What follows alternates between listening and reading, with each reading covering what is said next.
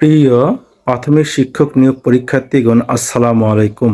আজকে বিশাল সুখবর নিয়ে হাজির হয়েছি যে প্রাথমিক ও গণশিক্ষা মন্ত্রণালয় হতে জানানো হয়েছে যে 2024 সালের মধ্যে 1 লক্ষ শিক্ষক পদ ফাঁকা হবে।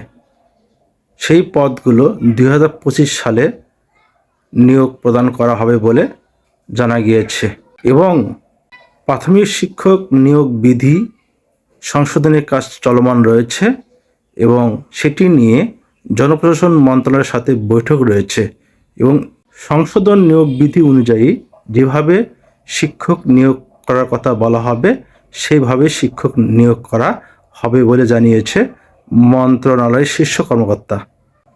প্রাথমিক ও গণশিক্ষা উপদেষ্টা মহোদয় বলেছেন যে এবার থেকে প্রাথমিক শিক্ষক নিয়োগ 93% মেধা কোটায় নিয়োগ করা হবে।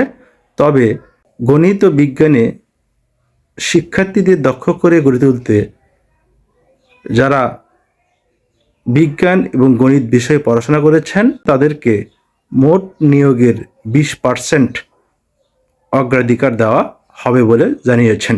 এটি একটি মহাসুখবর, তাই আপনারা ভালো করে পড়াশোনা করুন। জানুয়ারি মাসের মধ্যেই প্রাথমিক শিক্ষক নিয়োগ সার্কুলার আসবে। ভালো করে পড়াশোনা শুরু করে দেন, তাহলেই আল্লাহর রহমতে, যদি আল্লাহ চায় তাহলে অবশ্যই আপনার নিয়োগ প্রাপ্ত হবেন এবং নিজেকে শিক্ষক হিসেবে গড়ে তুলতে পারবেন। আল্লাহ হাফেজ।